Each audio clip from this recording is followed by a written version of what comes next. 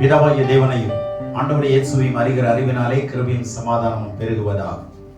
இந்த காலவெளியிலே கர்த்தருடைய பிரசன்னத்தில் வந்திருக்கிறதான தேவனுடைய பிள்ளைகள் யாவரையும் இயேசுவின் இணை நாமத்தில் வாழ்த்துவதில் மகிழ்ச்சி அடைகிறேன். இந்த செய்தியை ஆன்லைன் மூலமாய் கேட்க இருக்கிற தேவனுடைய பிள்ளைகளும் பரிசுத்தவான்களும் அவர்களும் ஆசீர்வதிக்கப்படும்படி, அவருடைய உள்ளங்களும் இல்லங்களும் சேர்ந்து ஆசீர்வதிக்கப்படும்படி இந்த செய்தி அவர்களுக்கு ஆசீர்வாதமாய் இருக்கும் என்பதில் நான் எல்லோரும் சந்தேகம் இல்லாமல் இந்த செய்தியை நான் உங்களுக்கு கொடுக்கிறேன். இந்த செய்தியின் தலைப்பு Know your real relationship between you and Jesus. Know your real relationship between you and Jesus. உமக்கும் இயேசுவுக்கும் இடையே உள்ள உண்மையான உறவை அறிந்து கொள்ளுங்கள். உங்களுக்கும் இயேசுவுக்கும் இடையே உள்ள உண்மையான உறவை அறிந்து கொள்ளுங்கள், அறிந்து ஆராதியுங்கள். உலகத்துல உறவு மாறிச்சுன்னா ஒழுக்கம் மாறிடும். உண்மைதானே? உறவுகள் மாறிடுச்சுன்னா அக்கா தங்கச்சி, அண்ணன் தம்பி, இப்படி பல உறவுகள் இருக்கு நமக்கு. இந்த உறவுகள் மாறிச்சுன்னா ஒழுக்கம் மாறிடும் கண்டிப்பா. ஆனா இன்னைக்கு இயேசுவை மாத்தி மாத்தி பாடல்கள் அமைச்சு அந்த உறவை கெடுத்து அது பார்க்கிறதுக்கு நேர்மையா இருக்கிற மாதிரி இருக்கு, ஆனா அது அலங்கோலமான நிலைமைக்கு கொண்டு போய் விட்டுட்டார். எப்படிங்கிறத நான் உங்களுக்கு விளக்குறேன், வேதத்தின்படி விளக்குறேன், நல்லா கவனித்துக் கொள்ளுங்க. இயேசுவை இன்றைக்கு ஏசப்பா கூப்பிடுறாங்களா இல்லையா? ஏசப்பா உங்க நாமத்தில், இதெல்லாம் பாடுறோம். இயேசுவை அப்பான்னு பாடுறோம். இன்னொருத்தர் என்ன சொல்றாரு, நான் அம்மான்னு கூப்பிட போறேன்றாரு. அப்பான்னு கூப்பிட போறேன், பாட்டின்னு கூப்பிட போறேன், ஏதாவது ஒன்று கூப்பிடும்.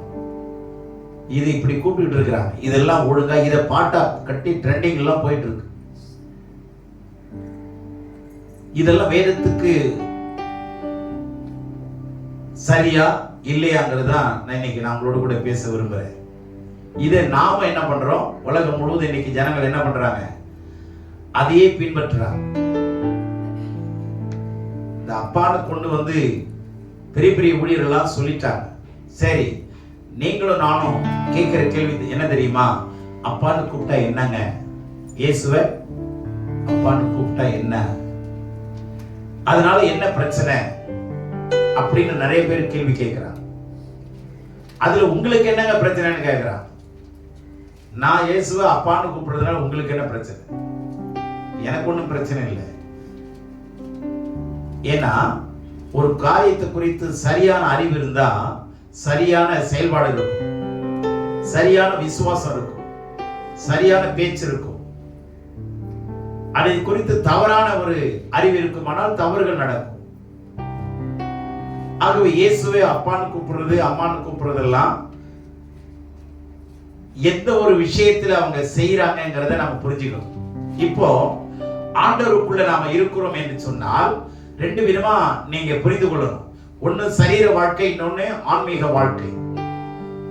இப்ப ஆன்மீகத்துல போயிட்டாங்க அப்படின்னு சொல்றாங்களா இல்லையா? ஆன்மீகத்துல போயிட்டாங்கன்னா என்ன, கடவுளோடு கூட பக்தி வாழ்க்கைக்குள்ள இறங்கிட்டாங்கன்னு சொல்றாங்க.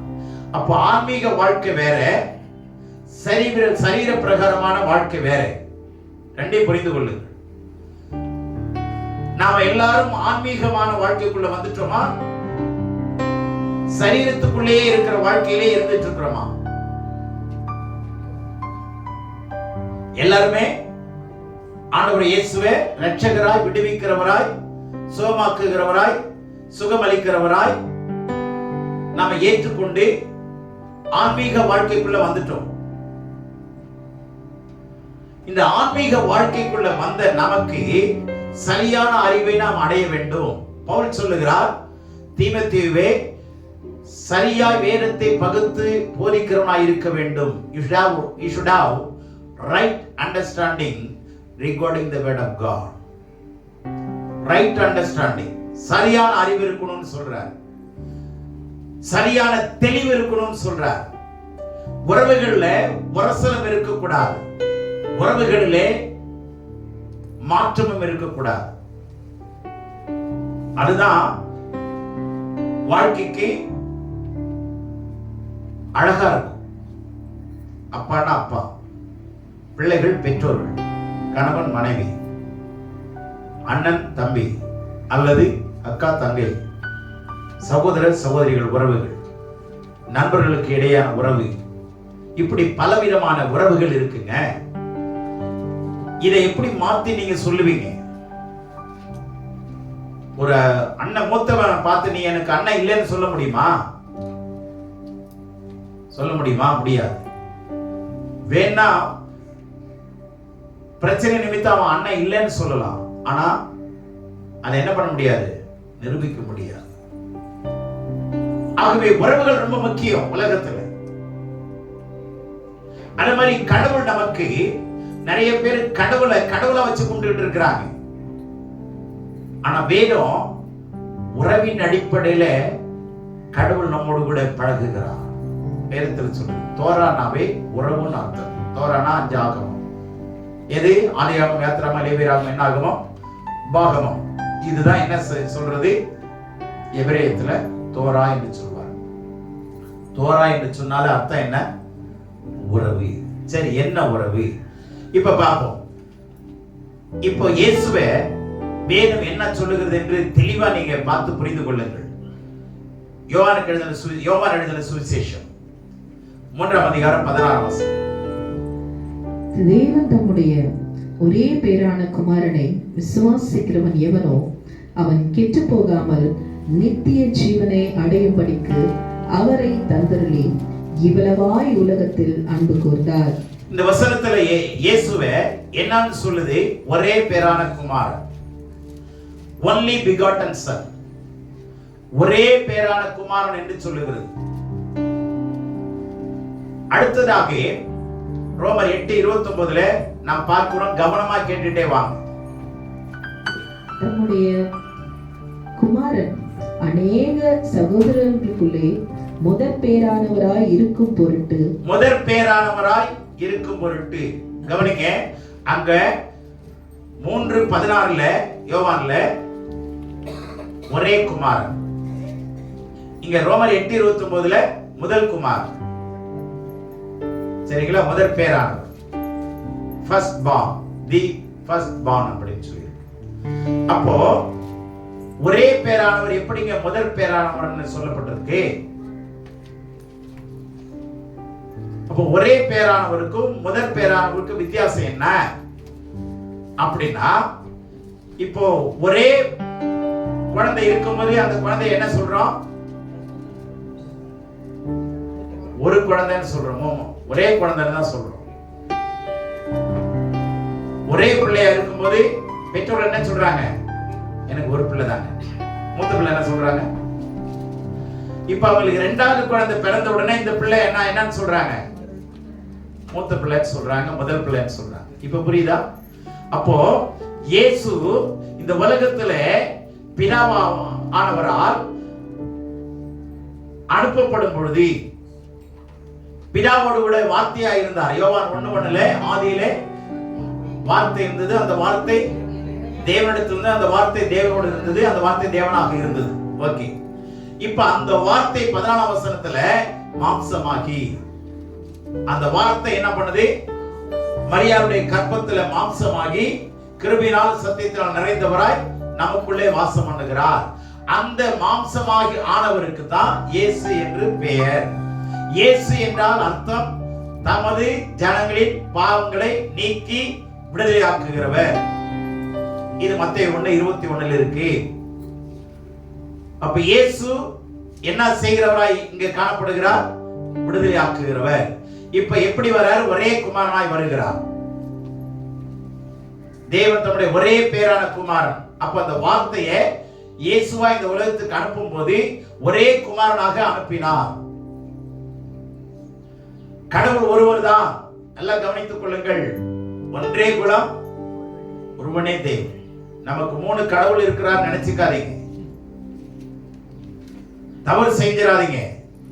There is only one God. தேவனாகிய கர்த்தர் ஒருவரே கர்த்தர். தேவனாகிய கர்த்தர் ஒருவரே கர்த்தர். இப்ப தேவன் என்ன பண்றாருன்னா, இப்ப உதாரணமா உங்களுக்கு சொல்றேன், அவர் படைச்சதான அந்த சூரியனை நல்ல 12 மணி வெயில்ல நல்ல பகல் நேரத்துல அந்த சூரியனை ஏறத்தாழ நீங்க 5ல இருந்து 10 நிமிஷம் பாத்தீங்கன்னா கண் என்ன ஆயிடும், குருடாவே போயிடும். புரிஞ்சதா? இப்ப அவர் படைச்ச சூரியனை பார்க்கவே முடியாதுன்னா படைச்சவர் எவ்வளவு பயங்கரமான ஒரு வெப்பமுடையவராய் அல்லது ஒளி உடையவராய் இருப்பா. அப்ப அவர் என்ன பண்ண முடியாது, பார்க்க முடியாது, நெருங்க முடியாது. அதனாலதான் அவருடைய வார்த்தையை உலகத்துக்கு அனுப்புறார். அவர் நேரடியா வருவாரானால் என்ன ஆகும், மலைகள் எல்லாம் உருகி போகக்கூடிய சர்வ வல்லமை உள்ள பயங்கரமான தேவன். அதனால அவர் என்ன பண்ணாரு, வார்த்தையை இந்த பூமிக்கு, ஏன்னா அவருக்கு சர்வ வல்லமை இருக்கிறதுனால வார்த்தைக்கு ஒரு உருவத்தை அவரால் கொடுக்க முடிஞ்சது. அந்த மாம்சமானவர் தான் இயேசு. அவர் ஒரே குமாரனாய் வந்தார். இப்ப வந்து சுவிசேஷத்தை அறிவிச்சாரா? கிராமங்கள் தோறும் பட்டணங்கள் தோறும் நன்மை செய்வர்களாக தெரிந்து சுற்றி தெரிந்து கண்ணில்லாதவர்களை சோமாக்கி, செவிடர்களை சோமாக்கி, சப்பானிகளை நடக்க பண்ணி, குஷ்டரோலை சோப்படுத்தி, மரித்தோரை உயிரோடு எழுப்பி, இப்படி ஜனங்கள் இயேசுவை ஏற்றுக்கொள்ள ஆரம்பித்தார்கள். தேவனுடைய ஒரே குமாரன் என்று ஏற்றுக்கொள்ள ஆரம்பிச்ச பிற்பாடு நிறைய பேர் ஆண்டவர் ஏற்றுக்கொள்ள பிதாவாகிய தேவனுக்கு பிள்ளைகள் ஆயிட்டாங்களா? பிள்ளைகள் ஆயிட்டாங்களா? இப்ப அவர் என்ன ஆயிட்டாரு, மூத்த பிள்ளை ஆயிட்டாரு. ஒரே பிள்ளையா இருந்தவர் இப்ப என்ன ஆயிட்டாரு? ஏன் அடுத்த பிள்ளைகளை யாரு? நீங்களும் நானும் தான். இப்ப புரிஞ்சா? ஒரே குமாரன் இப்ப மூத்த குமாரன்ங்கிறது அர்த்தம் புரிஞ்சா? ஒரே குமாரனா இருக்கும்போது பூமியில யாரும் ரட்சிக்கப்படல. சரிங்களா? இப்போ ஆண்டவரை ஏற்றுக்கொண்டோட நாம எல்லாம் தேவனுடைய பிள்ளைகள் ஆயிட்டோம், கடவுளுக்கு பிள்ளைகள் ஆயிட்டோம். இப்ப இயேசு என்னவாயிட்டாரு? ஆமா, முதல் பிள்ளை ஆயிட்டாரு. நாமெல்லாம் சகோதரர். இப்ப மாம்சத்தினுடைய இயேசு எப்படி இருக்கிறார்? நமக்கு சகோதர உறவு. சரி, இப்ப மாம்சத்தில் இருந்த இயேசு தன்னுடைய ஊழிய காலங்களை தேவனுடைய திட்டத்தின்படி முடித்து சிலுவையில் அடிக்கப்பட்டு நம்முடைய பாவங்களையும் சாபங்களையும் சுமந்து பாவமாகி பாவியாகி இல்ல. மதுரையில ஒரு தம்பி குழப்பிட்டு கிடக்கிறார். அவர் என்ன ஆயிட்டாருன்னு சொல்றாருன்னா, இயேசு பாவி ஆயிட்டாருன்னு சொல்றாரு. இந்த மாதிரி ஜனங்கள் வந்து குழப்பி சத்தியத்தை தெரியாம வசனம் சொல்கிறது, அவர் பாவம் இல்லாதவராய் கற்பந்தரித்தார். அவரிடத்திலே பாவம் உண்டென்று யாரும் நிரூபிக்கப்பட முடியவில்லை. ஆமென். எல்லாம் புரிந்து கொள்ளுங்க. அவர் பாவம் இல்லாதவர். நம்முடைய பாவங்களை ஏற்றுக்கொண்டபடினாலே அவர் பாவமானார், பாவியா மாறல. இப்படி சிலுவையிலே அவருடைய கடைசி சொட்டு ரத்தத்தை நமக்காக சிந்தும்படி ஒப்பு கொடுத்து மரித்து அடக்கம் பண்ணப்பட்டார். ஆனால் சொன்னபடியே மெய்யாகவே மெய்யாகவே தேவன் அவரை 3ஆம் நாளில் உயிரோடு எழுப்பினார். இப்ப சரீரத்தில் இருக்கிறாரா? பேசுங்க. இப்ப சரீரத்தில் இருக்கிறாரா இல்லையா? இயேசு ஆவியாக என்ன பண்ணினாரு? உயிர்த்தெழுந்த பிறகு ஆவியிலே அவர் தேவனோடு கூட போய் சேர்ந்தார். புரிஞ்சதா? இப்போ அவர் ஆவியா இருக்கிறாரா உருவமா இருக்கிறாரா? ஆவியா இருக்கிறார். இப்போ நாமும் ஆவிக்குரியவர்கள். ஆன்மீகத்தில் வந்துட்டு பிற்பாடு நாமெல்லாம் யாரு? ஆவிக்குரியவர்களா இல்லையா? ஆவிக்குரியவர். சரிங்களா? ஆன்மீகத்தில் வரவங்க ஆன்மீகத்துக்குரியவர்கள். ஆனால் கடவுள் ஆவியா இருக்கிறார் என்று ஏற்றுக்கொள்ளுகிறவர்கள் ஆவிக்குரியவர்கள். கடவுள் இன்றைக்கு ஆவியா இல்ல உருவமா இருக்கிறவர்கள் அவர்கள் ஆவிக்குரியவர்கள் சொல்ல முடியாது. அவர்கள் எல்லாரும் ஆன்மாவுக்குரியவர். அவர்கள் எல்லாம் கடவுள்ங்கிற ஒரு உருவத்துக்குள்ள வச்சு ஆராதிக்கிறவங்க. ஆனா கடவுள் உருவமாய் கொண்டு வர முடியாது. அவர் சரீரத்தில் இருந்தா உருவமா கொண்டு வந்துடலாம். போட்டோ எடுத்து ஒரு உருவமா செஞ்சு மெழுகுலையோ கல்லையோ எதிலையோ செதுக்கி இருக்க என்ன பண்ணிக்கலாம், கொண்டு வந்துக்கலாம். ஆனா கடவுளுடைய தத்துவத்தை நன்றாக புரிந்து கொள்ளுங்கள். கடவுள் ஆவிமயமானவர். யோவான்ல சொல்லுது, தேவன் ஆவியாய் இருக்கிறார், அவரை தொழுதுகிறவர்களும் ஆவியோடும் உண்மையோடு தொழுது கொள்ள வேண்டும். கடவுள் ஆவியா இருக்கிறார், அவருக்கு உருவம் இல்லை. நல்லா புரிந்து கொள்ளுங்க. ஆகவே அவருக்கு எது வைக்க முடியாது? சிலையெல்லாம் வைக்க முடியாது. அப்படி வச்சீங்கன்னா நீங்க ஆன்மாக்குரியவர். ஆனா ஆவியா இருக்கிற தேவனை ஆராதிக்கிற நாம ஆவிக்குரியவர். சரிங்களா? இப்போ இயேசு ஆவிக்குள்ளவராய் ஆவியானவராய் இருக்கிறபடினாலே, ஆவியா இருக்கிறபடினாலே இந்த இயேசுவை எப்படி நமக்கு உறவாய் இருக்கிறார்? இப்போ சகோதரனாய் இருந்தார் மாம்சத்தின்படி. சரிங்களா? இப்ப இயேசு என்ன சொல்றாரு வேதத்துல, அதை ரொம்ப நாம நல்லா கவனிக்கணும். உறவை மாத்திராதீங்க. உறவை என்ன பண்ணக்கூடாது? மாத்தக்கூடாது. அதுக்கு ஒரு உதாரணம் சொல்றேன். வித்தியாசத்தை சரியா புரிந்து கொள்ளுங்க. இப்ப தாய் மாமனை கல்யாணம் பண்ணிக்கிற உறவு முறைதான். அம்மாவுடைய தம்பியா இருக்கலாம், அல்லது அப்பாவுடைய அக்கா பிள்ளைகளா யாராவது இருக்கலாம். அப்பதான் நம்ம தாய் மாமன் உறவு, அத்தை உறவு, மாமன் உறவுன்னு சொல்றோம். சரி, இப்போ அந்த தாய் மாமன் திருமணத்துக்கு முன்னாடி அவர் பக்கத்துல வந்து உட்கார்ந்தா என்ன சொல்லுவாங்க? கொஞ்சம் தள்ளி உட்காருங்க சொல்லுவாங்களா இல்லையா? சரி, இதே தாய் மாமனை திருமணமான பிற்பாடு அவங்க என்ன சொல்லுவாங்கம்மா? அந்த தாய் மாமன் உங்களுக்கு யாரு? திருமணம் ஆன பிறகு அந்த தாய் மாமன் உங்களுக்கு என்ன உறவு? சொந்த புருஷன் சொல்லுவாங்க. என்னது? இப்போ அவங்கள விசாரிக்கிற அவர் யாருங்க? எங்க தாய் மாமன் சொல்லுவாங்களா? இப்ப கல்யாணம் ஆன பிற்பாடு அவர் யாருன்னு யாரோ ஒண்ணு கேட்கிறாங்க, நீங்க என்ன சொல்லுவீங்க? கணவன் சொல்லுவீங்களா, தாய் மாமன் சொல்லுவீங்களா? இப்ப தாய் மாமனுடைய உறவு வீட்டுக்காரர். ஆமாங்க, நமக்கு வீட்டுக்காரர். இந்த உறவை வச்சு நீங்க கவனிங்க. ஒரே ஆளுதான், ஆனா திருமணத்துக்கு முன்னாடி அவர் யாரு? தாய் மாமன். ஆமா. ஆனா இப்போ அவர் யாரு? வீட்டுக்காரர், புருஷன். அதை சொல்லுங்க, கணவன். எந்த உறவு நெருக்கமான உறவு? தாய் மாமனோடு இருந்ததா அல்லது கணவனோடு இருக்கிறதா? எந்த உறவுங்க நெருக்கமான உறவு? நீங்க கவனிங்க, பெற்றோர்கள் பிள்ளைகளோட உறவு இருக்கு. எல்லா உறவுகளிலும் எது புனிதமானது? சரி, நீங்க ஒரு கேள்வி கேட்கலாம். இயேசு வேதத்துல என்னவா சொல்லப்பட்டிருக்கு? சரிங்களா? இயேசுவே என்னவா சொல்லப்பட்டிருக்குங்கிற கருத்தை நீங்க நல்லா புரிஞ்சுங்க. அதுக்கு நிறைய வசனங்கள் பழைய ஏற்பாட்டிலையும் புதிய ஏற்பாட்டிலையும் கொடுக்குறேன். வரிசையை படிச்சுட்டே வாங்க, கவனமாயிருக்கு. ஏசாயா 61:10. இங்க மணவாளன் மணவாட்டி என்கிற வார்த்தை இருக்கா? 62:5 படிக்கு. வாலிபன் கன்னிகையை விவாகம் பண்ணுவது போல உன் மக்கள் உன்னை விவாகம் பண்ணுவார்கள். மணவாளன் மணவாட்டியின் மேல் மகிழ்ச்சியாய் இருப்பது போல உன் தேவன் உன் மேல் மகிழ்ச்சியாய் இருப்பார். மணவாளன் மணவாட்டி வருதா? சரி, யோவேல் 2:16. ஜனத்தை கூட்டுங்கள், சபையை பரிசுத்தப்படுத்துங்கள், முதியோரை சேருங்கள், பிள்ளைகளையும் பாலுண்ணுகிற குழந்தைகளையும் கூட்டுங்கள். மணவாளன் தன் அறையையும் மணவாட்டி தன் மறைவையும் விட்டு புறப்படுவார்களாக. இங்கேயும் மணவாளன் மணவாட்டி வருதா? மத்தேயு 9:15. அதற்கு இயேசு, மணவாளன் தங்களோடு இருக்கையில் மணவாளனுடைய தோழர் துயரப்படுவார்களா? மணவாளன் அவர்களை விட்டு எடுபடும் நாட்கள் வரும், அப்பொழுது உபவாசிப்பார்கள். இப்ப இந்த மணவாளன் யாருன்னு சொல்றாரு? யார சொல்றாரு?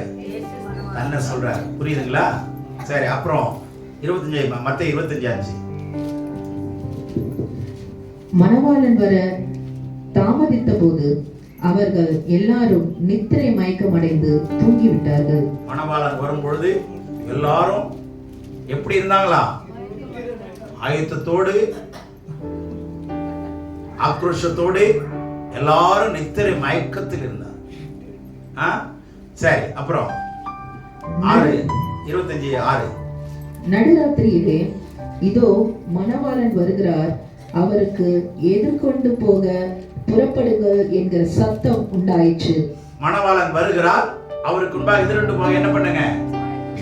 ஆயத்தமாயிருக்கிற சத்தம் உண்டாயிற்று. அதே அதிகாரம் 10ஆம் வசனம். அப்படியே அவர்கள் வாங்க போனபோது மணவாளன் வந்துவிட்டார். ஆயத்தமாய் இருந்தவர்கள் அவரோட கூட கல்யாண வீட்டுக்குள் பிரவேசித்தார்கள். மணவாளன் வந்து விட்டார். ஆமென். சரி, மார்க் 2:19-20. அதற்கு இயேசு, மணவாளன் தங்களோடு இருக்கையில் மணவாளனுடைய தோழர் உபவாசிப்பார்களா? மணவாளன் தங்களுடனே இருக்கும் வரைக்கும் உபவாசிக்க மாட்டார்களே. மணவாளன் அவர்களை விட்டு எடுபடும் நாட்கள் வரும், அந்த நாட்களிலே உபவாசிப்பார்கள். கவனிங்க, லூக்கா 5:34-35 பாருங்க. இப்ப ஏன் மணவாளன் மணவாட்டின்னு மாறி மாறி சொல்லிட்டே வருது பாருங்க வேதம். எந்த இடத்துல இந்த உறவை மாத்தல பாருங்க. லூக்கா 5:34-35. அதற்கு அவர்கள், மணவாளன் தங்களோடு இருக்கையில் மணவாளனுடைய தோழர்களை நீங்கள் உபவாசிக்க செய்யக்கூடுமா? மணவாளன் அவர்களை விட்டு எடுபடும் நாட்கள் வரும், அந்த நாட்களிலே உபவாசிப்பார்கள் என்றார்.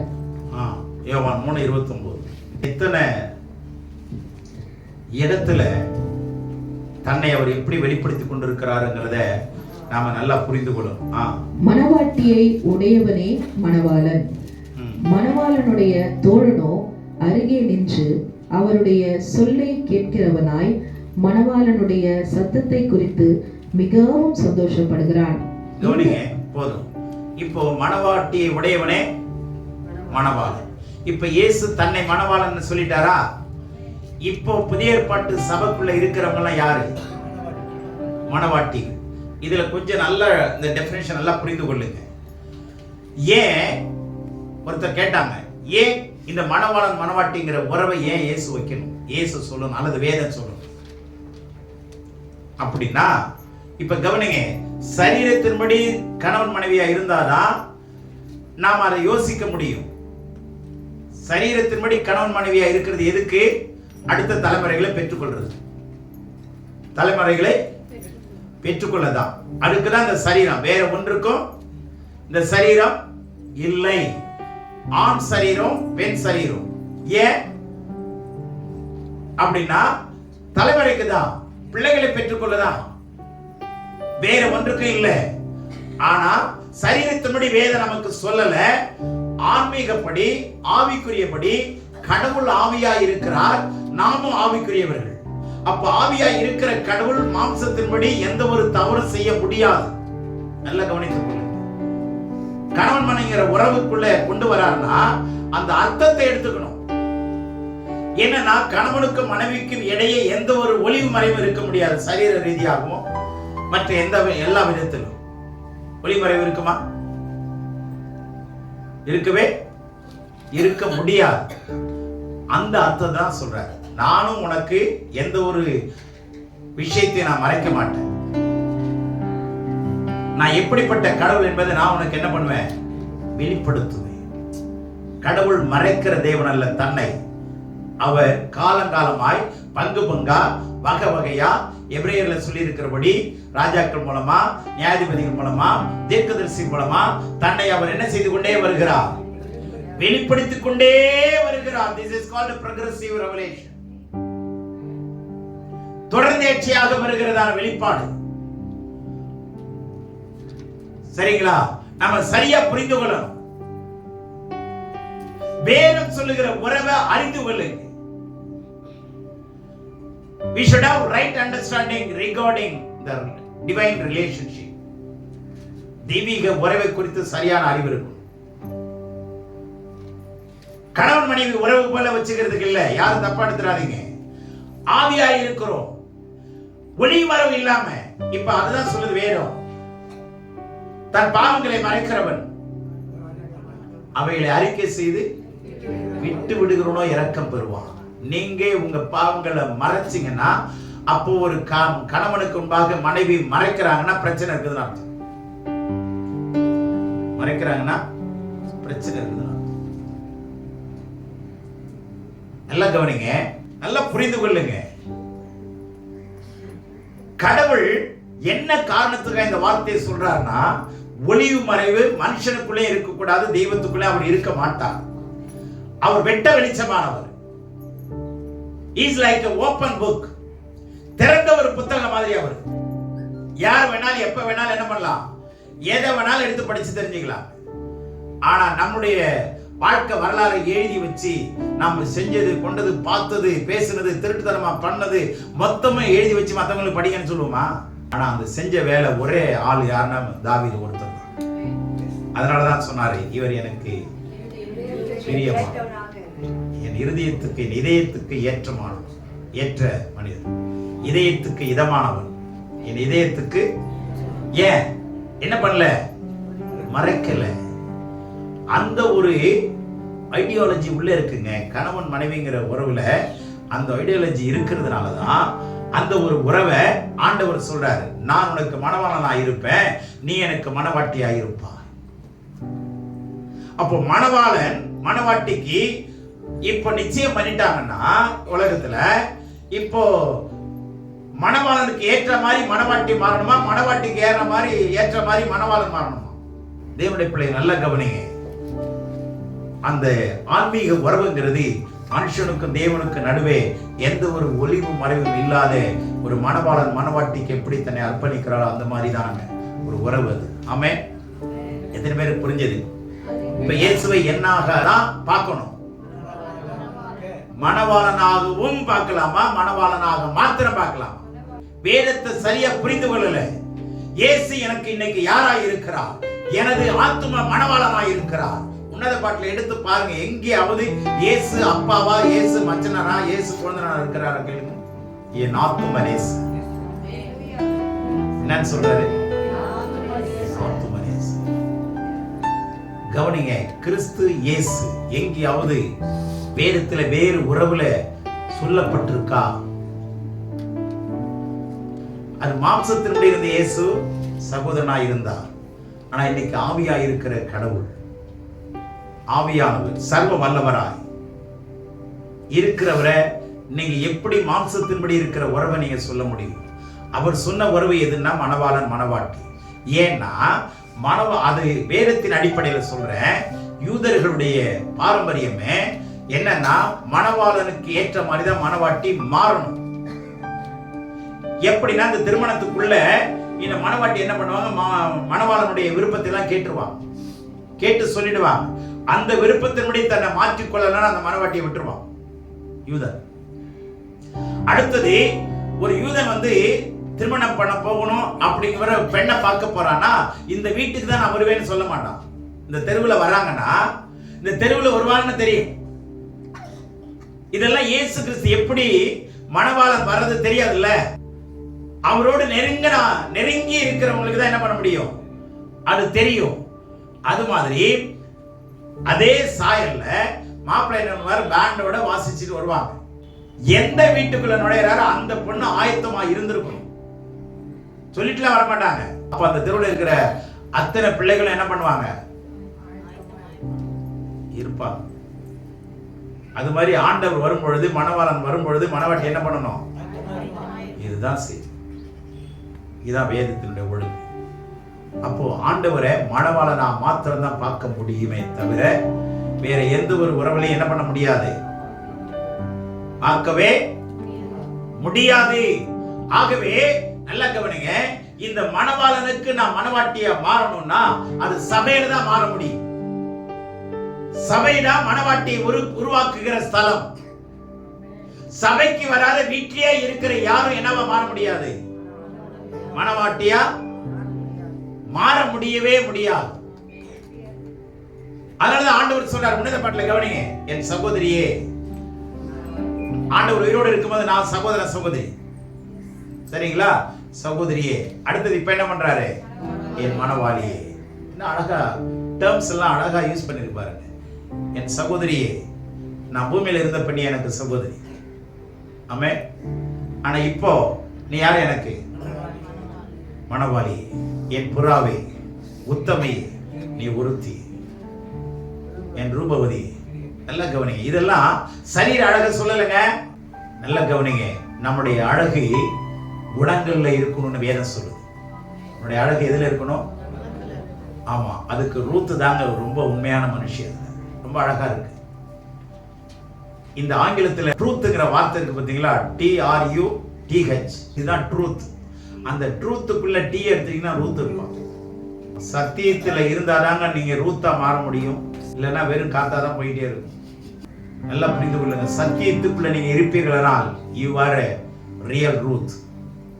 ஆமென். தேவன் தேடுகிற நபர் நீங்க தான். நீங்க தான் மனவாட்டியா மாற முடியும். அவளை பத்தி வேதம் சொல்லுது, ரூத்தே உன்னுடைய முந்தின நற்குணங்களை பார்க்க, உன்னுடைய பிந்தின நற்குணம் என்ன அழகா இருக்கு. இப்ப கவனி, எதுதான் அழகு? குணம், பணம், குணம், ஜனம், இனம். இப்போ குணத்தை முன்னாடி வச்சீங்கன்னா உங்களுடைய வாழ்க்கையினுடைய முடிவு எவ்வளவு அன்பா இருக்குன்னு, ஆசீர்வாதம் ஆச்சரியமா இருக்குன்னு கவனிங்க. குணத்தை முன்னாடி வைக்கணுமா? இன்னைக்கு ஜனங்க எதை முன்னாடி வைக்குது? பணத்தை முன்னாடி வைக்குது. பணம் இருந்தா ஜனம் வரும், பிச்சு பிடிங்கி தின்ட்டு போயிடுவான். சாலமன் சொல்றாரு, பொருள் பெருகினால் தின்கிறவர்களும் பெருவார்கள். எதை முன்னாடி வைக்கிறான்? பணத்தை முன்னாடி வைக்கிறான். ஜனம் வரும், ஆனா அவன் வாழ்க்கை பணமா போயிடும், ஒன்னுத்துக்கு வேலைக்கு. நீங்க எத்தனை பேர் வெட்டி சாச்சாங்க? காசு இல்லையா, பணம் இல்லையா? எத்தனை வீடு, எத்தனை வரும், எத்தனை பங்களா, எத்தனை ஏக்கருங்க, என்ன பண்றது? அதுதான் வேதம் சொல்லுது, பணம் வேணும் தான், பண ஆசை எல்லாம் விட்டுருக்கு தீமை. பணம் வேணும், ஆனா எல்லாத்தை விட எது முக்கியம்? குணம் முக்கியம். நீங்க ரட்சிக்கப்பட்டு குணசாலியா இல்லைன்னா, பணசாலியா இருந்தீங்கன்னா பாக்கியசாலியா மாறவே முடியாது. பணசாலியா இருங்க, வேணான்னு சொல்லு, ஆனா பாக்கியசாலியா என்ன பண்ண முடியாது? மாற முடியாது. குணசாலியா மாறுங்க. குணசாலி, குணம் தான் முக்கியம். அந்த குணத்தை பார்த்து தான் கடவுள் என்ன பண்ணுவாரு? ஆசீர்வதிப்பா. ஆமே. நல்ல கவனிங்க, கடவுள் மணவாளனாய் வரப்போகிறார். 10 கன்னிகள் வந்தாங்கன்னா 10 பேர் கன்னிகள் தான், ஆனா 5 பேர் தான் போனாங்க பாரு. மீதி பேர் என்ன பண்ண முடியல? ஆயத்தம் இல்லை. அவர் யாருன்னு புரிஞ்சுக்கணுங்க. கடவுள் யாரா இருக்கிறார்? கடவுளா இருக்கிறார் இல்ல, உங்க மணவாளனாய் இருக்கிறார். நீ கடவுளாய் வணங்குறவங்க ரிலிஜியஸ்ல இருக்கிறார், மணவாளனாய் ஏற்றுக்கொள்றவங்க தான் ஆவிக்குரியவர். ஆமே. மதத்தில் இருக்கிறவங்க எல்லாம் கடவுளா வச்சுக்குவாங்க, ஆனா ஆவிக்குரியவர்கள் அவர் யாரா இருக்கிறாரு? என் மணவாளனாய் இருக்கிறார். ஆகவே நம்ம ஜாக்கிரதையா இருப்போம். கடவுள் நம்மை ஆசீர்வதிக்கும்படி இந்த சத்தியங்களை அறிந்து கொள்வோம். நீங்க அதை தெளிந்த புத்தியோடு கூட ஆராதிங்க. அதற்கான பாடல்களை மாத்திரம் தெரிந்து என்ன பண்ணுங்க? பாடுங்க. நீங்க அந்த உறவுக்குள்ள வரும் பொழுதே நீங்க மாற்றப்பட்டிருக்கிறதை காண்பீங்க. கடவுள் உங்களோடு கூட கிரியை செய்கிறதை காண்பீங்க. உங்க பக்கத்தில் இருக்கிறது யாரு, இவங்க யாரு, என்ன உறவு, சரியாய் அறிந்து கொள்ளுங்க. அப்ப நம்ம நடவடிக்கை சரியா இருக்கும், ஒழுக்கம் இருக்கும், உயர்வு இருக்கும், அதுல ஒரு தனித்துவம் இருக்கும். கர்த்தர் தாமே நம்மை ஆசீர்வதிப்பாராக.